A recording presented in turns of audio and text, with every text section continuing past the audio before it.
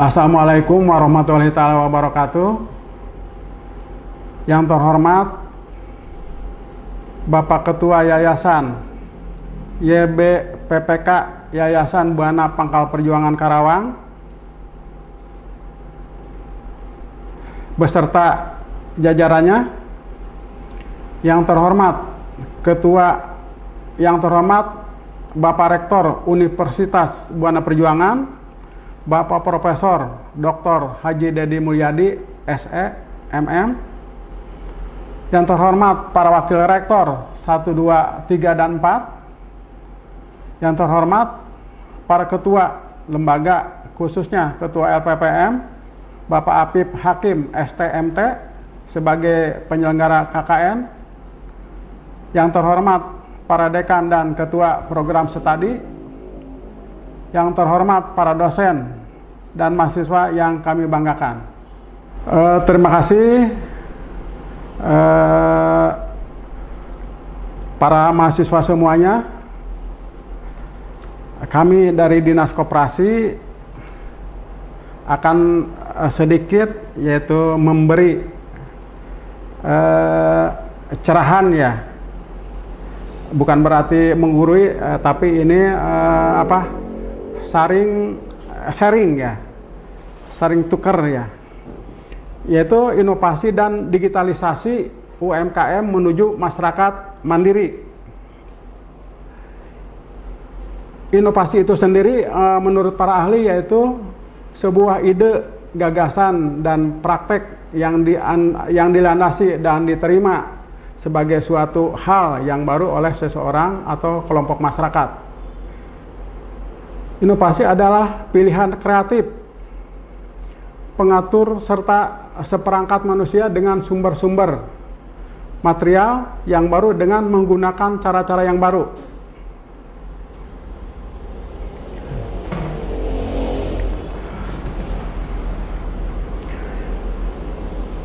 Inovasi itu reka baru sebagai pengembangan hasil proses pemanfaatan, mobilisasi pengetahuan, keterampilan, dan pengalaman untuk menciptakan atau memperbaiki produk melalui proses dan atau sistem yang baru yang memberikan nilai yang berarti secara signifikan. Inovasi di sini terdiri dari beberapa rangkaian yaitu sebagai inovasi pelayanan publik, inovasi pendidikan, inovasi pembelajaran, inovasi produk, dan inovasi teknologi. Salah satu contoh inovasi yaitu mengubah standar hidup ke arah yang lebih baik dan lebih mudah untuk menciptakan dan menghasilkan dengan membuka usaha atau bisnis. Apa tujuan inovasi? Di sini akan dijelaskan bahwa tujuan inovasi adalah menciptakan kemudahan baru untuk kehidupan manusia melalui penemuan atau perkembangan baru ya dari hal-hal inovatif yang berhasil diwujudkan dengan baik.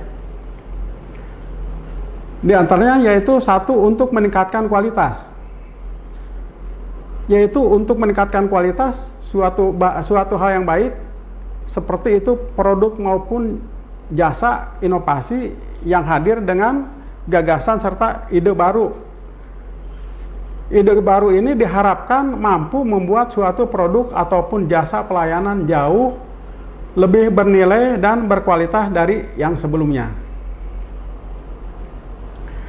Dua, yaitu melebarkan jaringan ya.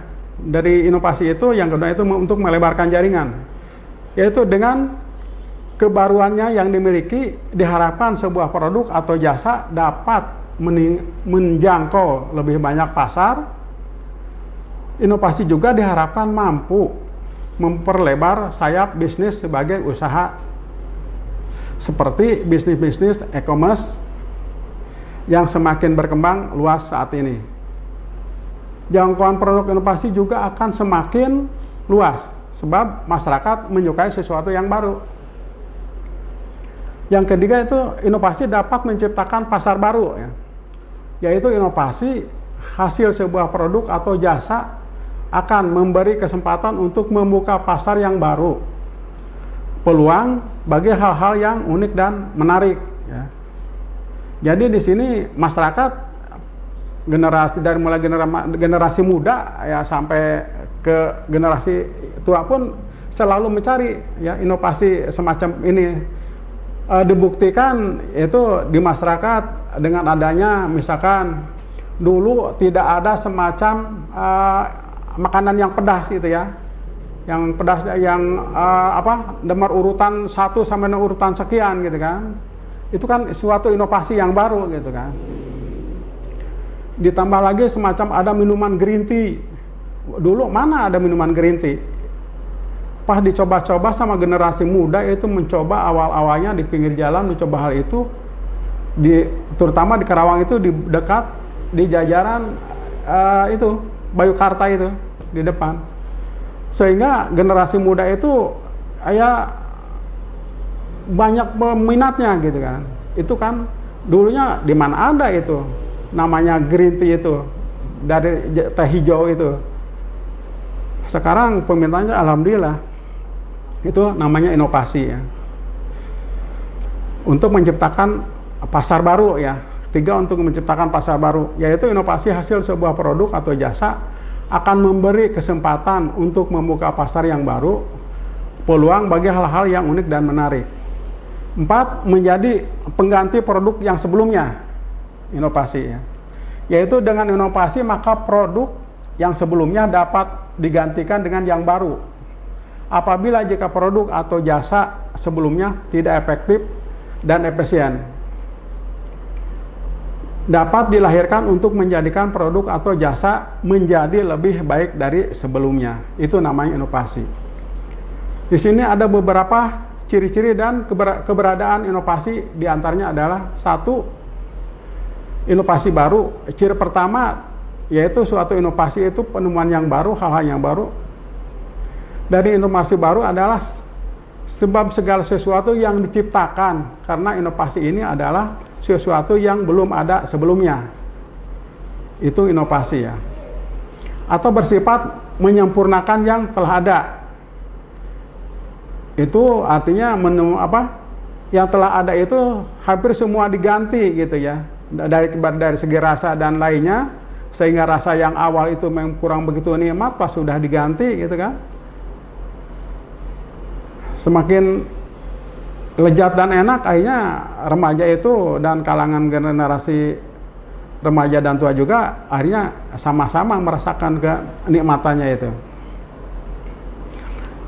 Yang bersiap menyempurnakan yang telah ada yaitu.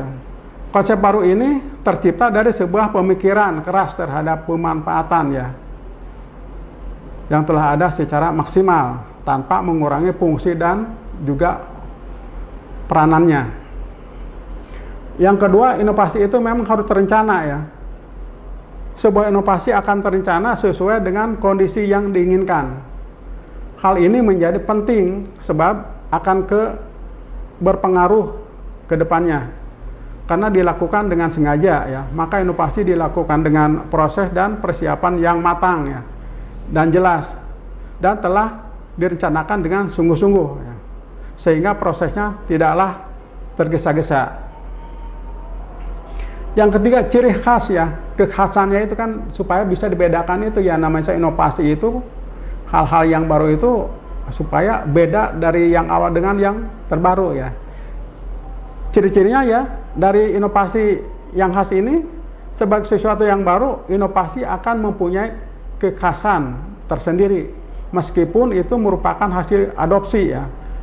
Harus ada kekhasan yang dimunculkan dengan penerapan di tempat yang baru. Inovasi akan menimbulkan kekhasan sendiri meski di awal dengan pengadopsian. Yang keempat, ciri-cirinya harus mempunyai tujuan yang jelas. Yaitu ciri-ciri inovasi tujuan yang jelas, adanya tujuan yang jelas berdasarkan ilmu pengetahuan yang jelas. Jadi artinya tidak mengarang-arang gitu kan. Walaupun mengarang itu ya berdasarkan gitu kan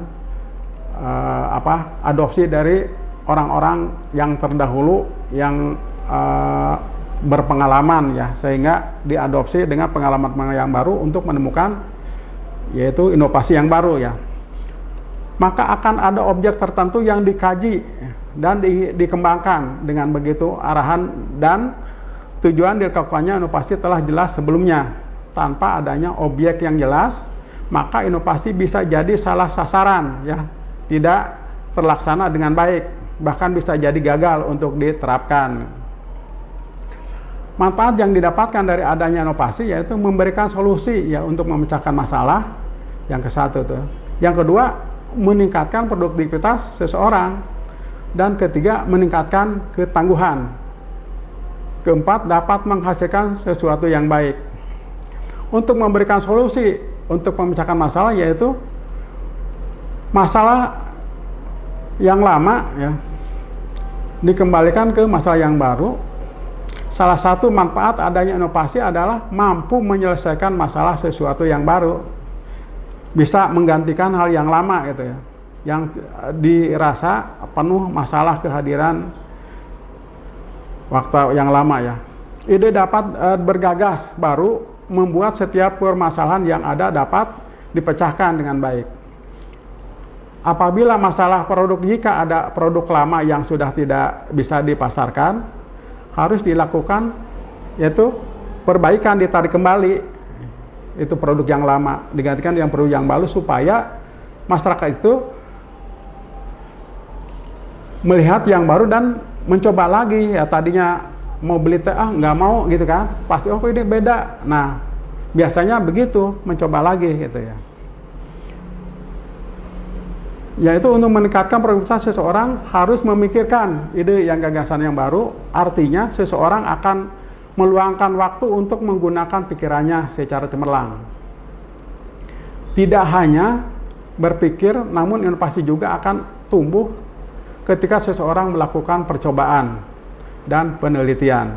Sehingga dengan berinovasi, orang tersebut juga telah memanfaatkan waktu untuk tetap berproduktif dalam bekerja dan berkarya. Ini dapat dilakukan banyak orang, baik itu bos, karyawannya, juga mahasiswa ataupun para dosen. Semua pasti mencari inovasi ya, penemuan-penemuan baru, istilah para ilmuwan gitu ya. Untuk meningkatkan ketangguhan, seseorang yang berinovasi cenderung memiliki kemampuan untuk memanfaatkan kecerdasannya yang dimilikinya. Artinya ia atau beliau tangguh untuk menghasilkan sebuah inovasi, maka orang tersebut harus menyesuaikan diri dengan masalah itu, dengan masalah yang baru, serta menyelesaikan masalahnya.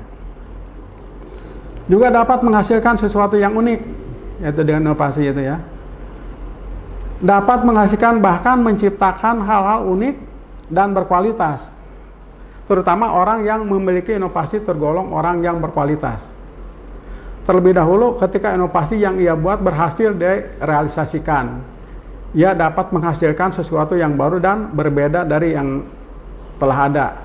Direalisasikan itu artinya bisa dibuktikan, dicoba. Misalnya kan kalau produk-produk, kalau UKM itu kan dicoba ini yang baru, ini rasakan gimana kan gitu kan.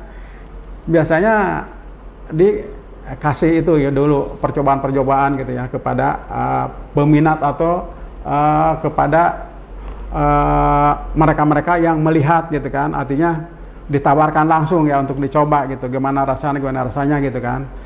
Jangan takut ini nggak bayar kan gitu, ini coba aja gitu kan. Kan nanti itu kalau memang dia merasakan nikmat, mungkin akan kembali lagi. Itulah inovasi. Mungkin itu untuk inovasi, dan selanjutnya kita akan dilanjut ya secara singkat, yaitu mengenai digitalisasi ya. Digitalisasi bukan hanya hal-hal yang berkaitan dengan ekonomi atau bisnis saja. Di Dinas Koperasi dan UKM, yaitu digitalisasi di sini yaitu harus diproteksi ya dengan instrumen lainnya agar pelaksanaan bisnis para pelakunya sesuai harapan dengan mendapatkan keuntungan sebesar-besarnya ya. Jadi UKM itu diharapkan seperti itu, tapi tidak menghilangkan kualitas ya, kualitas baik itu rasa maupun yang lainnya gitu kan. dan meminimalisir ya adanya risiko yaitu kerugian baik material atau imaterial ya.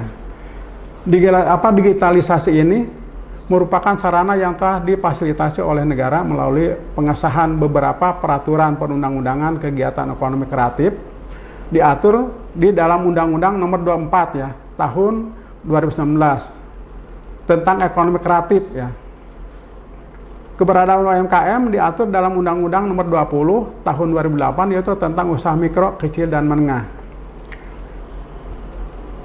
Permasalahan bagi ekraf dan UKM sangat banyak diantaranya yaitu kurangnya pengetahuan terhadap pendirian UMKM itu sendiri, tidak memilikinya izin ya diantaranya itu. Tapi alhamdulillah sebagian masyarakat Kabupaten Karawang dan dengan diinformasikannya sama mahasiswa kita dari UBP yang lagi KKN ya di desa-desa di kecamatan-kecamatan digembor-gemborkan, artinya ikut membantu ya untuk memberikan kepada bapak-bapak ibu-ibu UKM itu apabila memang legalitasnya belum ada, belum punya, yaitu segera dibantu, dikasih tahu, diinformasikan bahwa di Dinas Koperasi dan UKM Kabupaten Karawang membantu memfasilitasi yaitu legalitas, diantaranya PIRT, halal, dan haki, dan juga hak atas sertifikat, itu semua gratis gitu kan. Jadi ibu-ibu bapak-bapak UKM apabila tanahnya belum disertifikatkan ya, itu maksudnya tanahnya itu di bawah 3.000 meter lah gitu kan, bisa disertifikatkan, dibantu ya tiap tahun di Dinas Koperasi, yaitu anggaran dari pusat, dari pemerintah, Kementerian Koperasi untuk membantu para UKM yang punya tanah untuk disertifikatkan supaya bisa untuk penambahan modal, artinya untuk peminjaman misalkan ke bank sebagai bahan anggunan kalau misalkan pinjaman gede. Tapi sekarang alhamdulillah pemerintah daerah melalui Bank Jabar, melalui BRI dengan adanya KUR dan juga pinjaman dari 5 juta sampai 50 juta itu udah tidak pakai anggunan lagi gitu kan. Makanya ibu-ibu bapak-bapak kalau mau pinjam di bawah 50 juta ke bawah yaitu tidak pakai anggunan, artinya tidak pakai jaminan semacam sertifikat kecuali memang di atas itu. Itulah salah satu informasi dari pihak bank ya. Dilanjut, permasalahan baik ekraf dan UMKM sangat banyak diantaranya yaitu kurangnya pengetahuan terhadap pendirian UMKM, tidaknya memiliki izin, masalah sengketa hak atas kekayaan intelektual itu haki.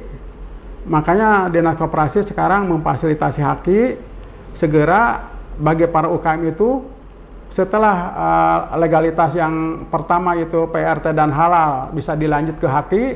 Apa sebab? Karena udah punya haki itu mungkin rekan-rekan yang lain tidak bisa meniru ya, tidak bisa meniru sepenuhnya bahwa produk yang sudah rekan yang lain diciptakan. Karena sudah punya haki, sudah punya hak intelektual, artinya tidak boleh meniru gitu ya. Kecuali ada inovasi baru ya, itu mah silakan aja, memang harus begitu gitu kan, untuk berlomba-lomba mencari inovasi dan kualitas yang baru supaya para konsumen itu berebut gitu ya, banyak berminat. Digitalisasi ekonomi dilakukan ekonomi kreatif dan UMKM untuk menunjang kegiatan bisnisnya. Motif ekonomi ini dapat dilakukan diantaranya dengan yaitu pemasaran, yaitu para produknya bisa dipasarkan, apalagi sekarang Dinas Koperasi itu membantu untuk memasarkan produk-produknya itu dengan adanya galeri-galeri, dan juga kita bekerjasama dengan retail-retail nasional, toko-toko modern semacam Alfa, Indomar, juga sekarang perusahaan-perusahaan harus membeli produk UKM wilayah kita, yaitu masing-masing kabupaten harus membeli produknya misalkan ada perusahaan di wilayah Kabupaten Karawang, maka bos-bosnya itu harus membeli produk UKM untuk misalkan untuk memberi hadiah terhadap karyawannya, gitu kan. Bisa dipromosikan yaitu produk-produknya, dan juga bisa diinformasikan untuk itunya lewat pembukaan lapak produk, bisa kerjasama kemitraan dengan pihak klien, dan juga bisa dioptimalisasi fasilitas digital yang telah ada. Kementerian Koperasi dan UMKM menekankan bahwa proses UMKM onboarding ke ekosistem digital ya. Saat ini diperlukan metode pendekatan untuk pelaku UMKM agar dapat go digital. Beberapa hal yang masih harus diperhatikan diantaranya ialah literasi digital, kapasitas produksi, pola pikir dari kewirausahaan itu sendiri ya. Upaya meningkatkan digitalisasi UMKM diharapkan dapat memperkuat daya saing UMKM yang ujungnya dapat berkontribusi pada perekonomian nasional. Kunci untuk mempercepat digitalisasi UMKM ialah mengerti dan mendampingi para pelaku UMKM. Semakin dinamisnya industri digitalisasi ya, harus diimbangi dengan strategi yang adaptif oleh pelaku usaha mikro, kecil, dan menengah UMKM agar mampu mengembangkan usahanya secara optimal. Hasil survei ya dari Google menyatakan ya, hasil survei ya, ekonomi digital Indonesia di tahun 2025 diproyeksikan akan menjadi yang terbesar di Asia Tenggara ya, hasil survei dari Google. Dengan nilai transaksi mencapai 1,826 triliun, itu hasil survei di Google. Sedangkan hasil survei Bank Indonesia di tahun 2020 mencatat nilai transaksi ekonomi digital melalui e-commerce mencapai 253 triliun sampai dengan tahun 2024. Cara untuk menjaga agar UMKM dapat selalu menjadi tulang punggung ekonomi bangsa Indonesia adalah dengan menerapkan teknologi dalam proses aktivitasnya ya, dengan menggunakan teknologinya, yaitu ya harus menggunakan teknologi dalam proses aktivitasnya. Bagi pelaku UMKM hendaknya segera mengkoneksikan bisnis mereka ke dunia digital agar bisa mengoptimalkan proses promosi usaha yang pada akhirnya berdampak terhadap perkembangan usaha mereka. Digitalisasi ini UMKM menjadi salah satu strategi dalam pertumbuhan ekonomi Indonesia yang terus meningkat, terutama dalam transaksi online ya. Sekarang sudah ramai di mana-mana, yaitu semua UMKM itu tinggal ada motor mau ini, tinggal kirim gitu. Alhamdulillah. Jadi tidak terlalu berkerumun, tapi memang hasilnya dihitung sampai sore teh alhamdulillah katanya gitu ya, kata UMKM itu sendiri ya, dibanding dengan waktu zaman belum rame-ramenya transaksi online ya.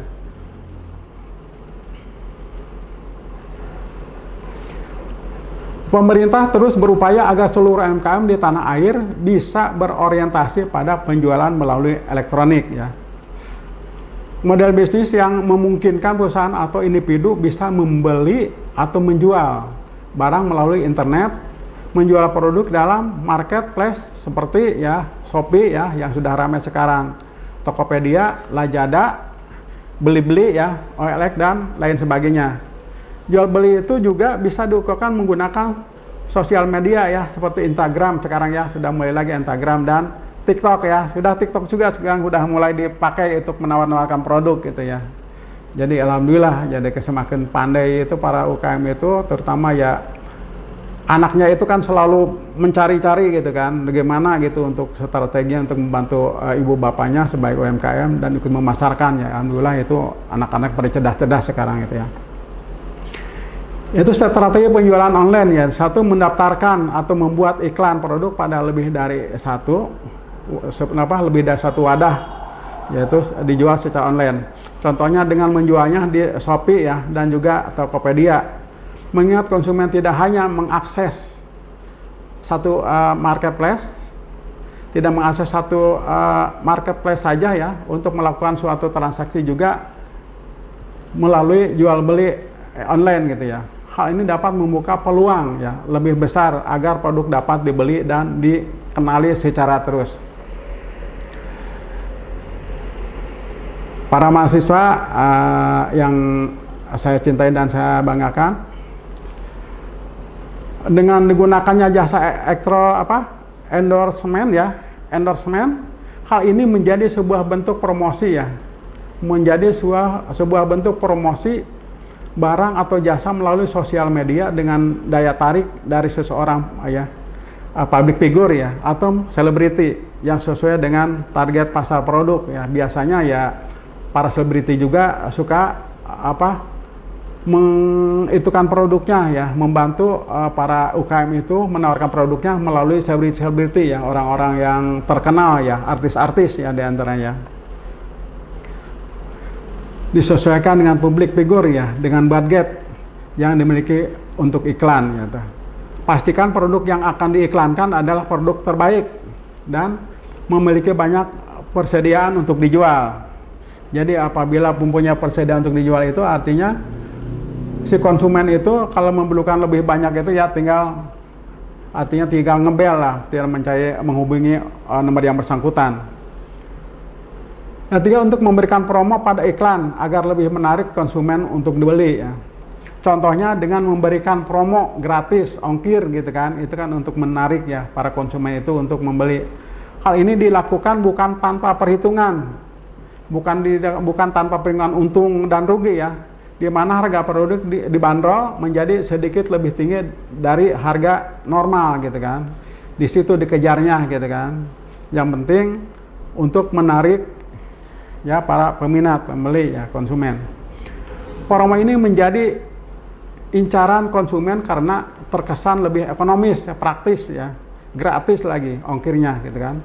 Dapat diberikan dengan syarat seperti adanya minimal order ya, dan memberikan batas waktu kapan promo berakhir sehingga konsumen tertarik pada produk gitu ya.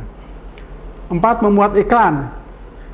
Membuat iklan produk ya secara rutin, mengutamakan mengenalkan produk dengan keunggulan dan manfaat dari produk itu sendiri, agar yang menonton iklan tersebut kelamaan ya menjadi familiar, yang semakin kenal ya, semakin wow, kata bahasa kita, semakin wow ya dengan produk yang kita gembor-gemborkan lewat iklan ini.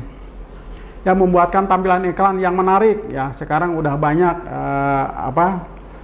para ahli-ahli kita yaitu untuk menawarkan iklan-iklan yang menarik ya, sehingga awal-awalnya kita haruslah kalau udah bisa sendiri ya lebih bagus gitu kan. Juga Instagram, di TikTok juga dengan menyesuaikan tren yang sedang terjadi di masa kini gitu ya.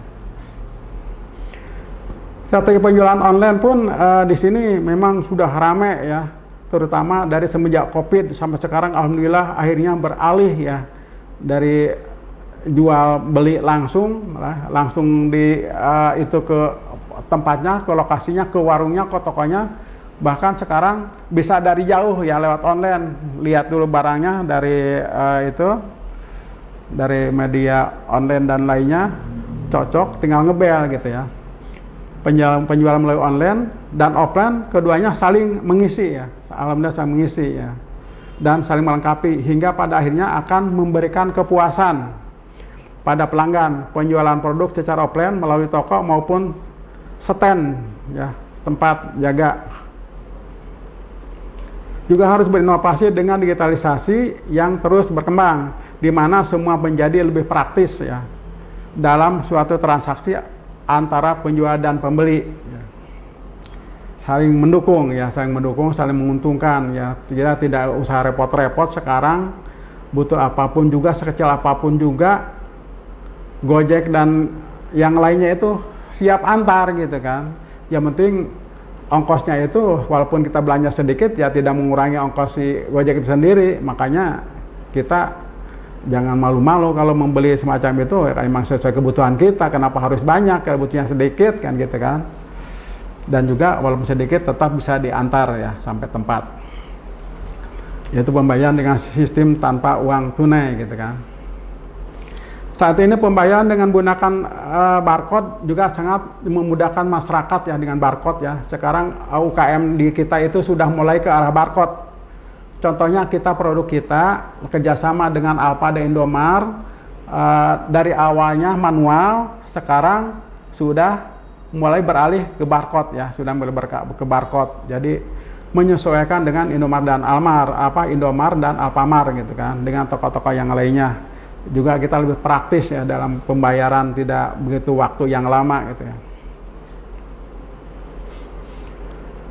Yaitu untuk memudahkan masyarakat dan penjual dalam transaksi dimanapun ya, baik itu bank maupun non bank ya. Transaksi ini menggunakan barcode ini bisa digunakan di seluruh toko ya, seluruh pedagang, seluruh warung, di tempat parkir juga, tiket wisata, donasi dan berlogo ya.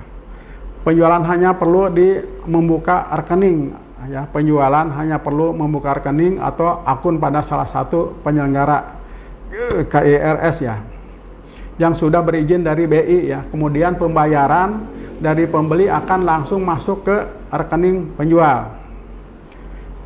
Juga dengan menggunakan jasa ojek online ya, penjualan produk terutama di bidang kuliner dapat menjual makanannya melalui jasa ojek online seperti ya Gojek, Grab dan Shopee yang sudah tidak aneh lagi alhamdulillah ya. Sekarang sudah mulai merambah ke kampung-kampung, bukannya di kota saja, sudah beralih ya, jadi ke Gojek, Grab, dan Shopee Food ya. Pelanggan dapat memesan makanan tanpa perlu datang ya ke toko, makanan dapat diantar ke tujuan pihak ketiga, yaitu melalui jasa ojek online ya.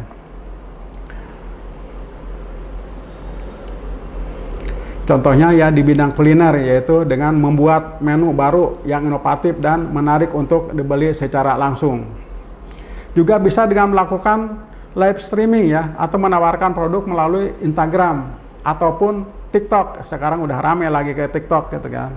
Menggunakan fitur live dari toko ya, memperlihatkan bahwa jika mencari produk akan lebih lengkap jika langsung datang ke toko gitu awal-awalnya.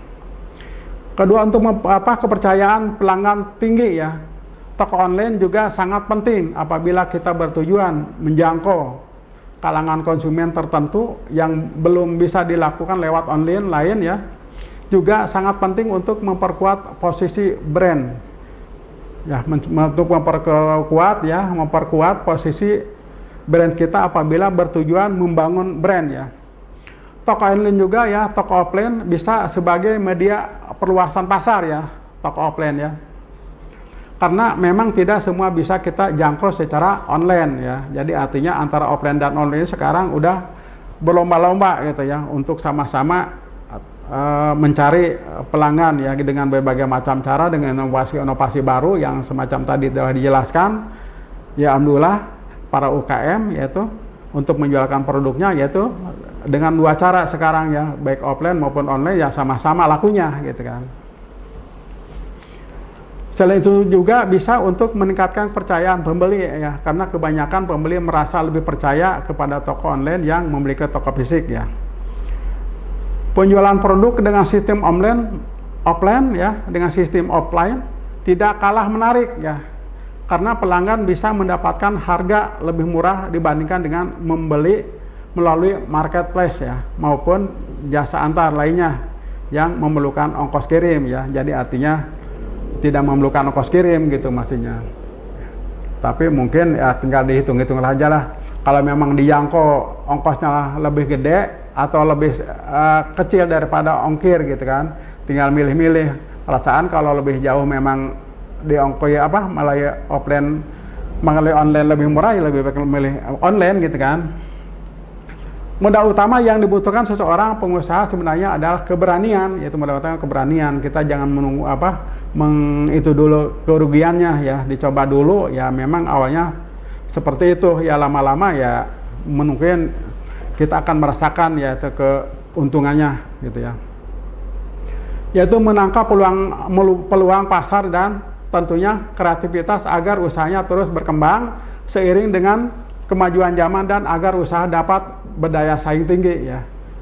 Jadi artinya para UKM kita ini berlomba-lomba ya untuk mencari inovasi yang baru ya, merubah ya dari awalnya hanya misalkan hanya produk UKM makanan ringan saja, ditambah lagi dengan berubah karena sekarang misalkan masih banyak yang masker, tetap masker itu ini apa UKM itu ditambah lagi kegiatannya itu ke masker ya.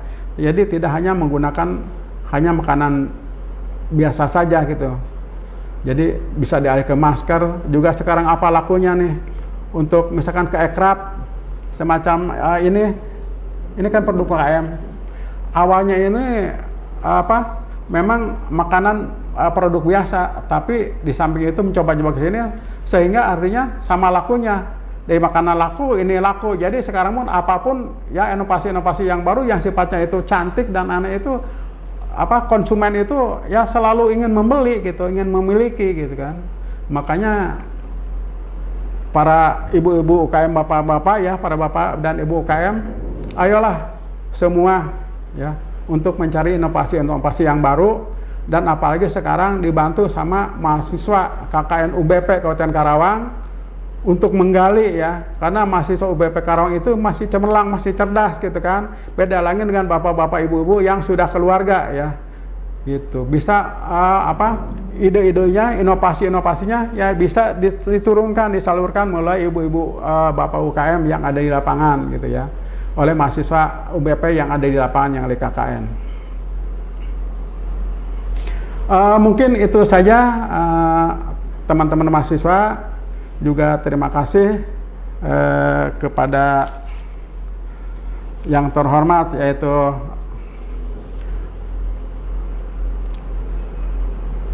Bapak Ketua Yayasan YBPPK Yayasan Buana Pangkal Perjuangan Karawang.